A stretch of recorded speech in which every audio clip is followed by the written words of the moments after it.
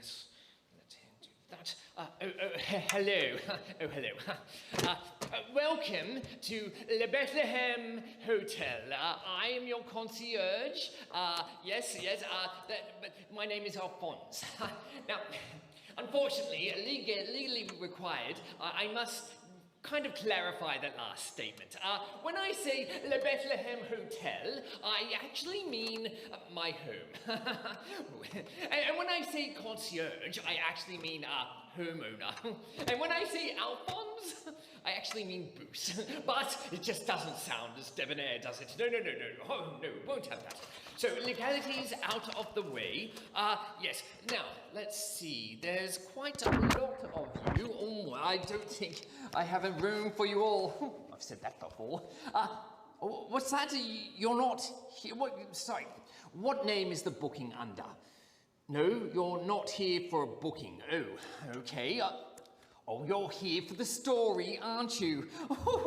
Well, I understand. You're not the first person, let me tell you. You want the story of the day that the Messiah was born at the Bethlehem Hotel. You're not alone.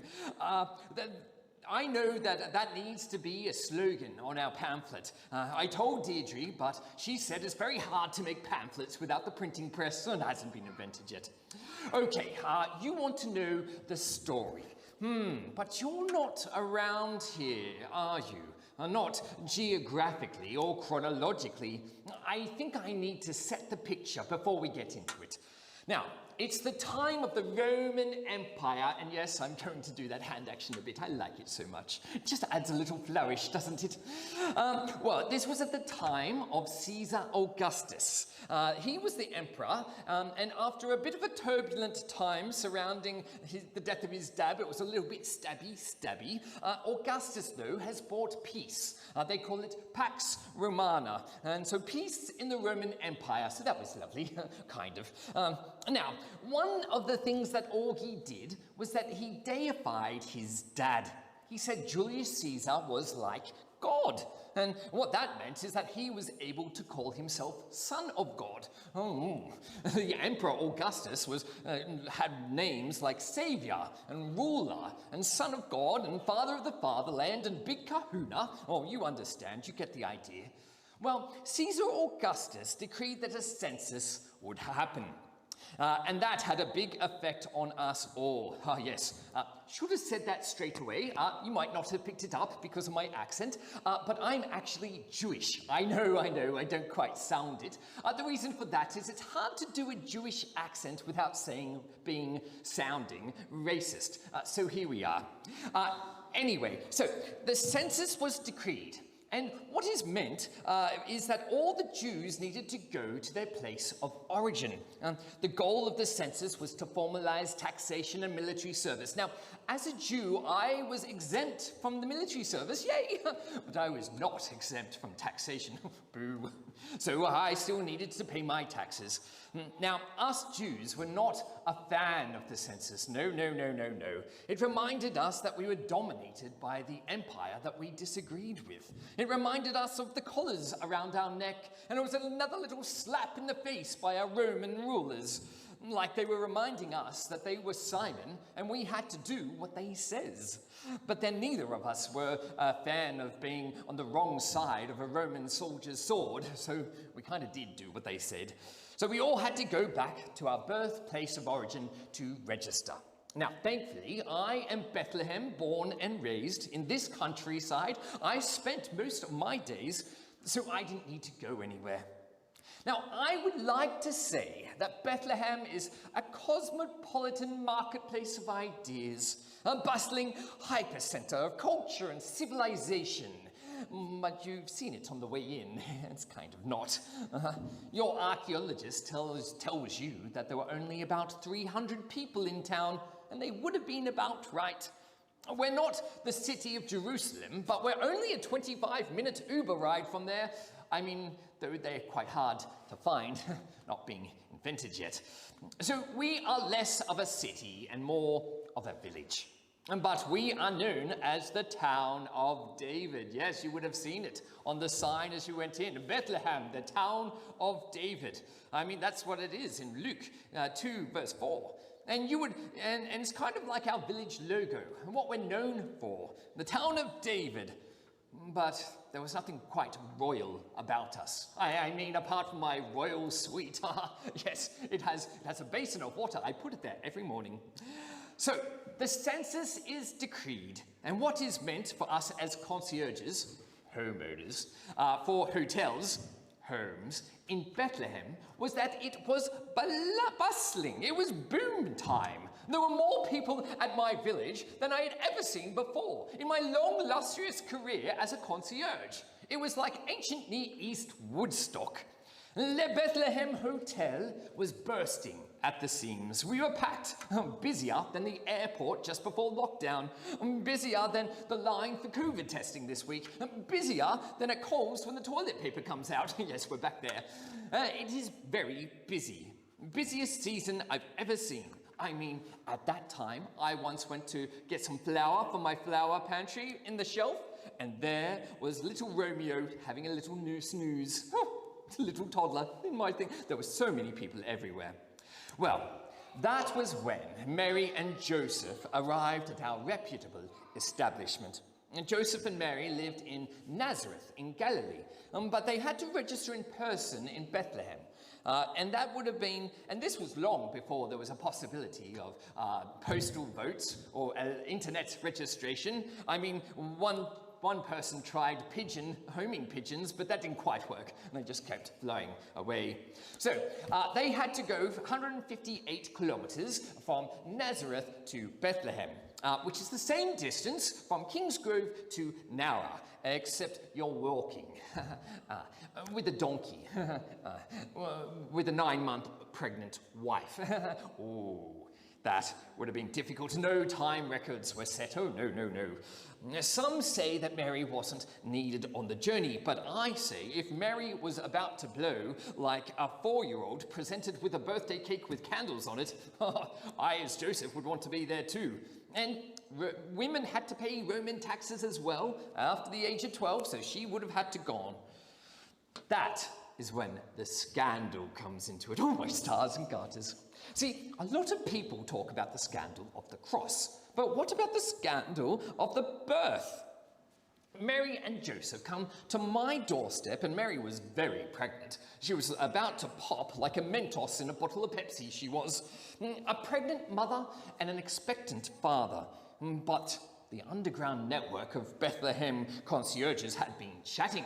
And Tabitha told Theodore, told Tristan, told Trevor, told Thomas, told me that Mary and Joseph were only recently married, but she was not recently impregnated. Oh, you know what I mean. I know, that Tabitha, the best curtain twitcher amongst us. Your Luke puts it that Mary was pledged to be married to him, the him being Joseph, not me. Oh, golly gosh, no, I run a reputable establishment. With marriage customs in the 1st century Judaism, this is an odd way of speaking of a couple living and travelling together as man and wife. So they were technically married, but Victoria likened it to a shotgun wedding. Oh, well, they said they had no sexual union prior to the birth, but you know, we've all heard that before around here, and little Bobby is not godlike, let me tell you. Well, Mary said she was a virgin, and I don't want to judge. I'm no Karen, but really? And I don't have a love of Krispy Kreme donuts, and my belly just magically appears. Everyone was talking about the scandal of the cross. This birth is scandalous even more so. I mean, she didn't look like a hussy, a floozy, a woman about the town, but you can never tell these days. And she did tell me a fanciful story about her dream where an angel told her that she would become pregnant, immaculately. But, well, I had a dream that I was the emperor of the Roman Empire, and that hasn't happened either. I mean, I am the emperor of my little hotel empire, but it comes without a legion of soldiers and world domination. And I didn't believe it. I didn't believe her. No one believed her story. But then what happened next made us all rethink it. I mean, even Agnes, Audrey, Albert, Alfred, Alistair, Arthur, and Archibald. And I know, Archibald turning around, it blew my mind, it did. Well, I'm getting ahead of myself. Mary and Joseph are at my doorstep, and Mary was about to pop like a balloon in a cactus farm. Now, some commentators go so far to say that I was related to Joseph. Oh, my word, my stars and garters. Oh, no, I wouldn't go that far. I mean, this is a reputable establishment. I can't be associated with the hoi polloi, you know. So, there at my doorstep. And I told them, and I wasn't lying, that I had no room, and I was telling the truth. I promised this on my Aunt Cece's prize-winning gardenias. There was simply no room.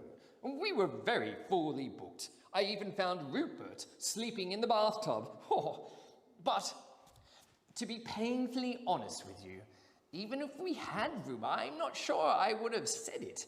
I mean, the scandal, the shock, the indignity of it all. Bother, oh, golly gosh. I dare say that there were few sandwiches short of a picnic coming to my reputable establishment like this.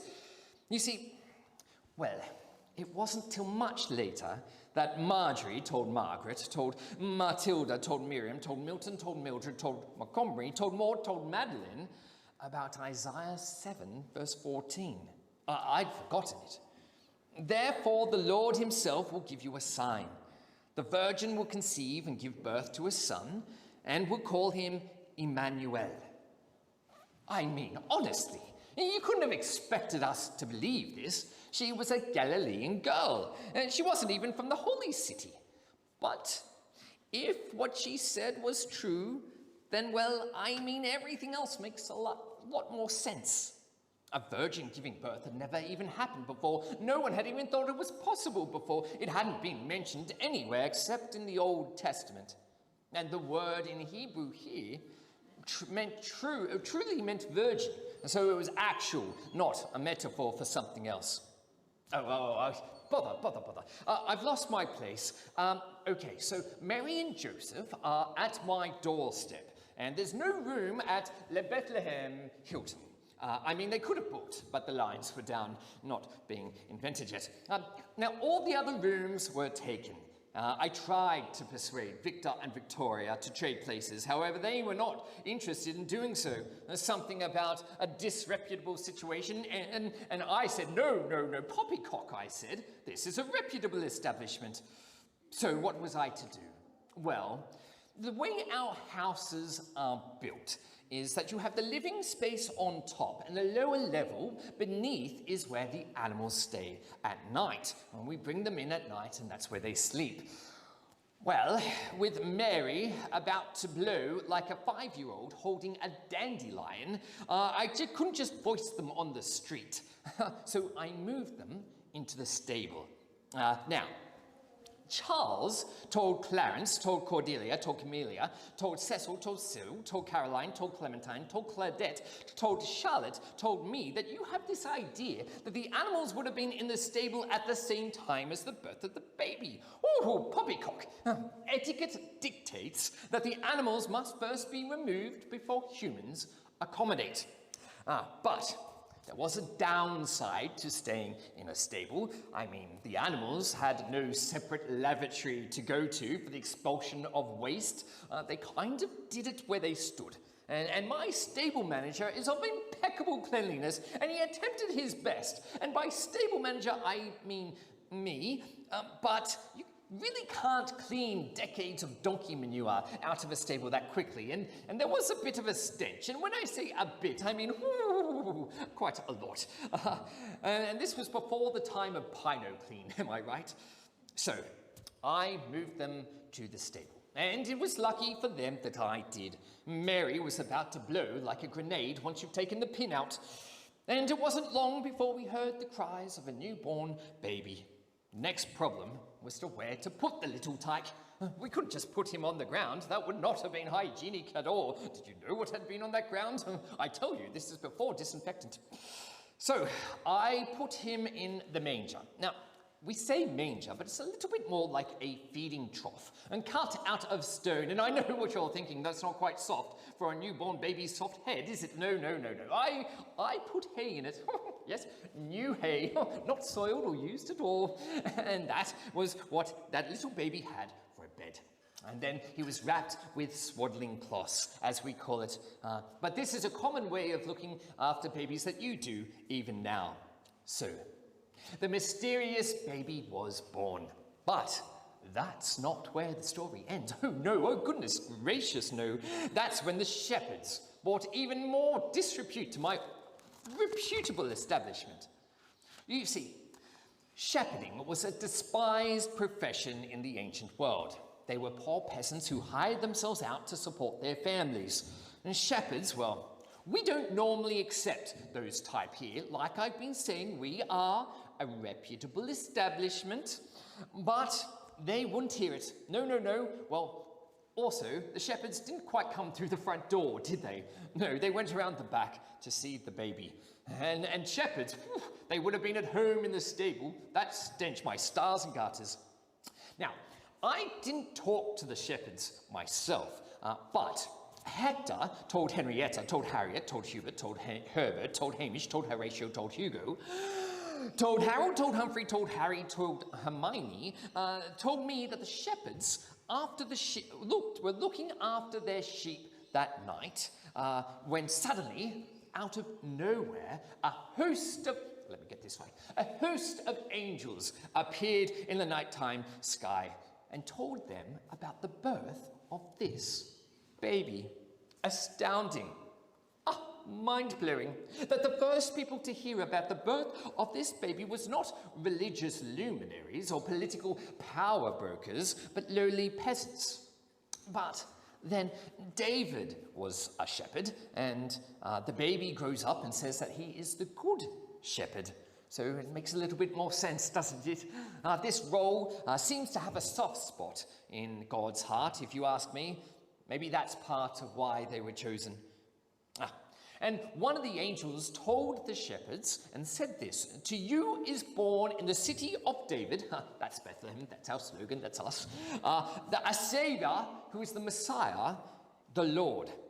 Now, these are big terms, aren't they? Saviour, Messiah, Lord, it's quite a lot, isn't it?